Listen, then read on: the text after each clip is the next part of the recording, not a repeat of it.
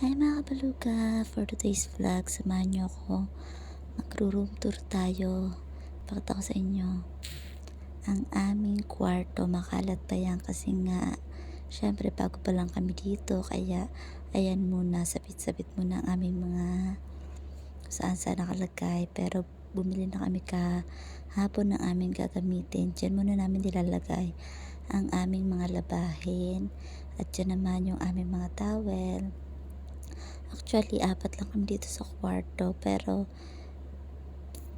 ngayon, 5 na siya kasi kami magkakaibigan, nagsama-sama na sa iisang kwarto. Kaya gusto kasi namin magkakasama kami. Yung isa namin kasama, dito siya nakahiga. Ayan, oo. Paganda. At yan yung mga maleta namin nilalagay. Wala kami magawa. Kaya ayan, puro cellphone lang hawak namin. Kasi ngayon na kami nagkaroon ng internet. Kasi naman nakaraang araw wala talaga kaming signal dito, walang wifi, walang internet, kaya ngayon kami ay sabik na sabik sa wifi. Diyan nga pala ako natutulog sa taas, ayan.